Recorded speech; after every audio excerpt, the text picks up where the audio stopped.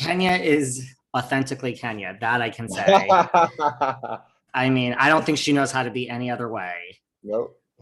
How was Dancing with the Stars just as a on the level of difficult things you've done in your career? I mean, it was up there. Like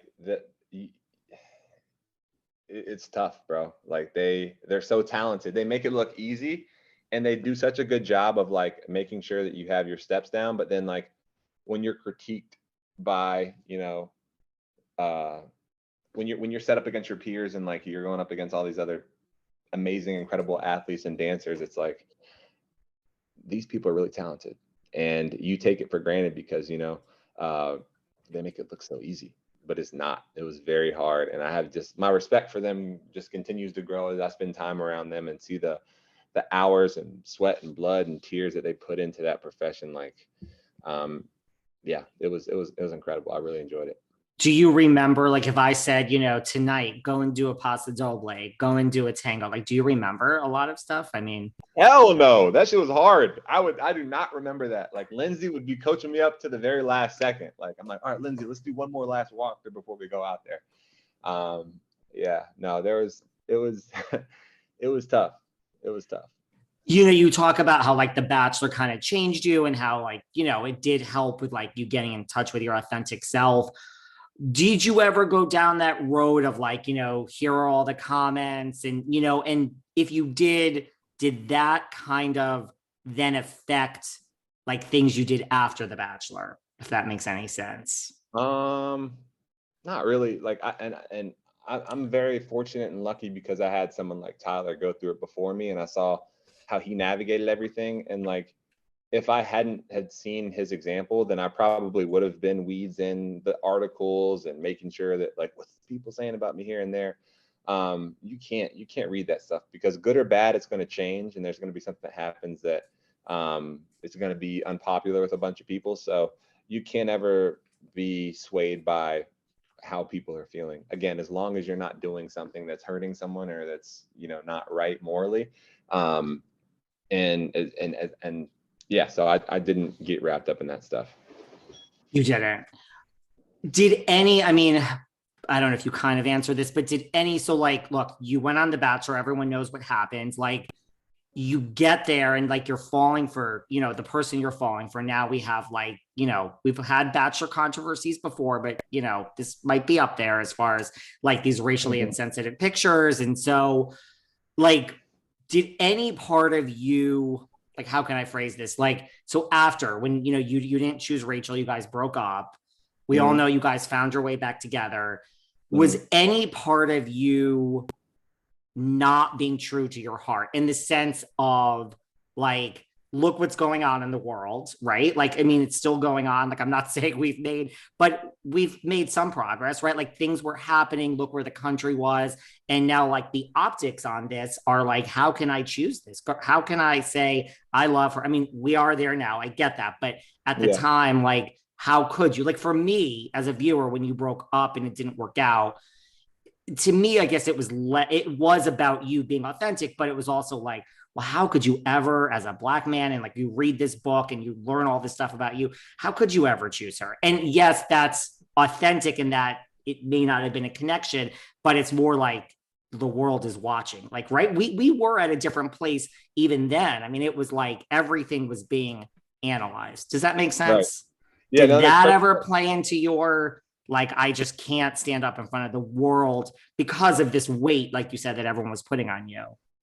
I think it was more so like, I just wanted to validate that my feelings were as strong as they were because I knew I loved Rachael. And like, when you go into that Bachelor bubble, when you're like on the show, you don't have a phone, you don't have family, like no one to bounce ideas off of, like you can, and I'm sure if you ask a handful of the women from my season, like they thought they loved me or whatever, like it was, we had known each other for a couple of weeks, so who knows what they really felt.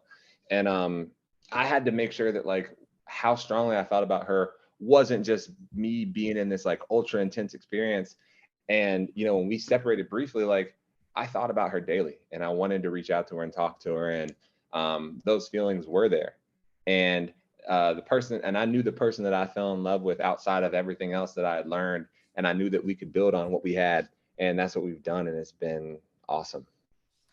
And I mean, do you look back and you say, in a way, I mean, look, some couples go out and they have a great first year and they have their drinks and they go to parties and life is good, right? And then, like, a year into it, or a year and a half, or 6 months, whatever it is, you're like, wait a second, we have some things here we need to talk about. Like, do you ever look back and say, in a way, like, you guys really, I mean, you talk about like open, honest communication and just breaking it down, you kind of just jumped off the deep end, right? I mean, you had Well, to. yeah, I think about other relationships I've been in, and this is the most mature relationship, hands down, I've ever had. So like, I've never had, like, I just imagine myself like in college, or like right out of college, like having the conversations I was having with Rachel. Like, I wasn't there. Like, so we were already so much further along than any place I'd ever been in a relationship. And to go through something like that together just meant for me that we were battle tested. And if we could handle something like that, then we would have no problem handling any other type of adversity that came in our relationship.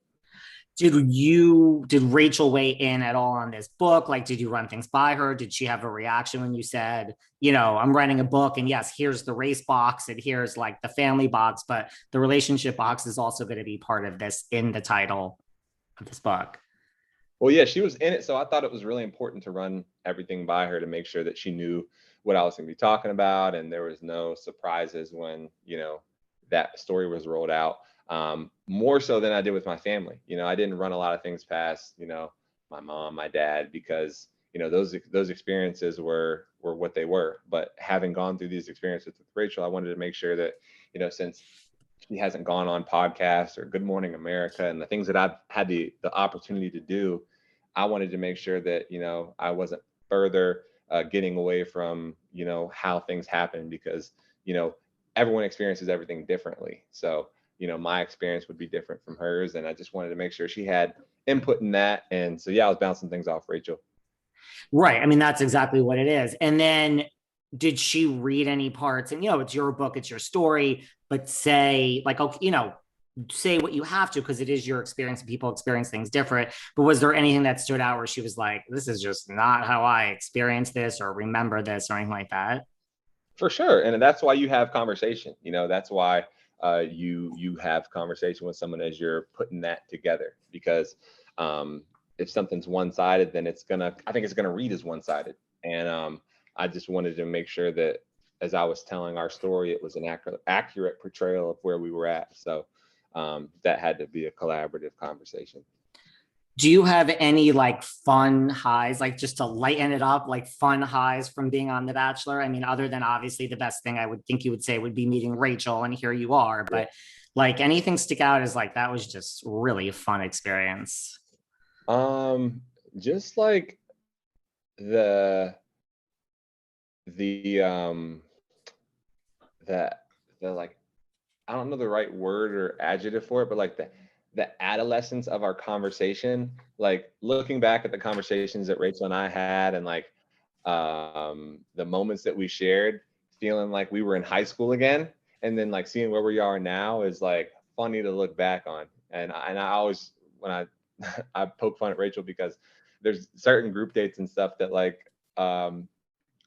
one of the funniest things for me was like, there was a night where Rachel freaking got a group date rose, or like a one-on-one rose,